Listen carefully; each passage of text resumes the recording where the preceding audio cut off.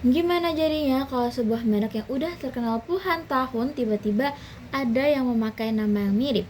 Apakah itu cuma kebetulan atau justru jalur hukum? Nah, pada video kali ini aku akan menjelaskan tentang sengketa merek yang cukup ramai, yaitu tentang kasus gajah duduk. Simak video ini sampai selesai ya. Hai, perkenalkan aku Zianaulia Rahmawati dengan NIM 11224.088, Prodi Administrasi Bisnis Universitas 17 Agustus 1945, Surabaya. Pada video kali ini, aku akan membahas tentang salah satu kasus yang cukup menarik di dunia hukum bisnis, yaitu memperjuangkan merek gajah duduk.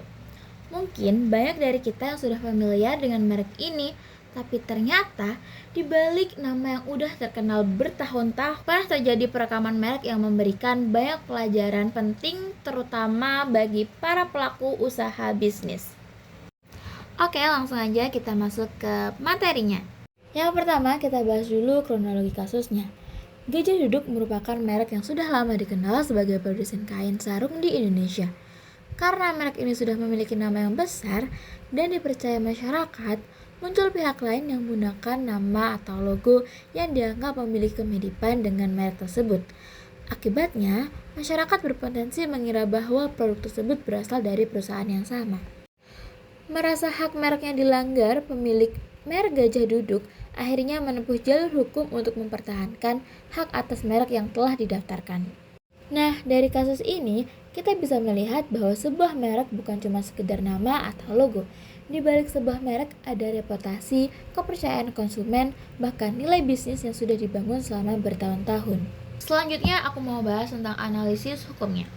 Kasus ini berkaitan dengan perlindungan hak merek yang diatur oleh Undang-Undang Nomor 20 Tahun 2016 tentang merek dan indikasi geografis. Dalam undang-undang tersebut dijelaskan bahwa pemilik merek yang telah terdaftar memiliki hak eksklusif untuk menggunakan mereknya dan berhak memperoleh perlindungan hukum apabila ada pihak lain yang menggunakannya tanpa izin. Menurut saya, sengketa seperti ini bisa terjadi karena ada pihak lain yang kurang memperhatikan pentingnya melakukan pengecekan merek sebelum digunakan.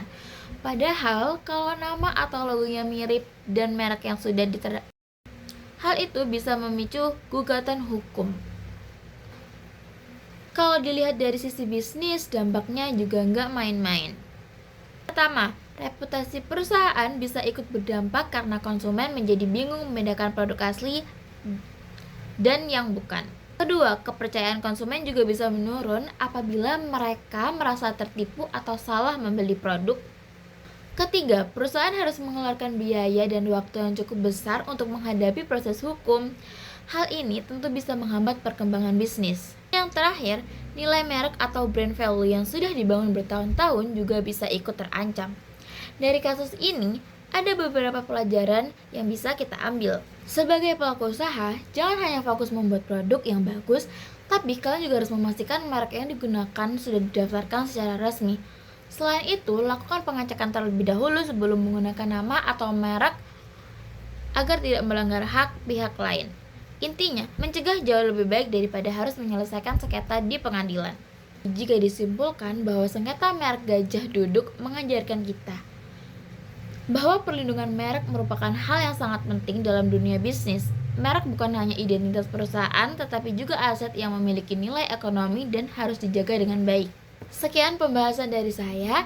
Terima kasih sudah menyimak sampai selesai. Semoga video ini bermanfaat dan bisa menambah wawasan bagi kalian semua tentang pentingnya hukum bisnis dalam melindungi sebuah merek. Sampai jumpa di video berikutnya.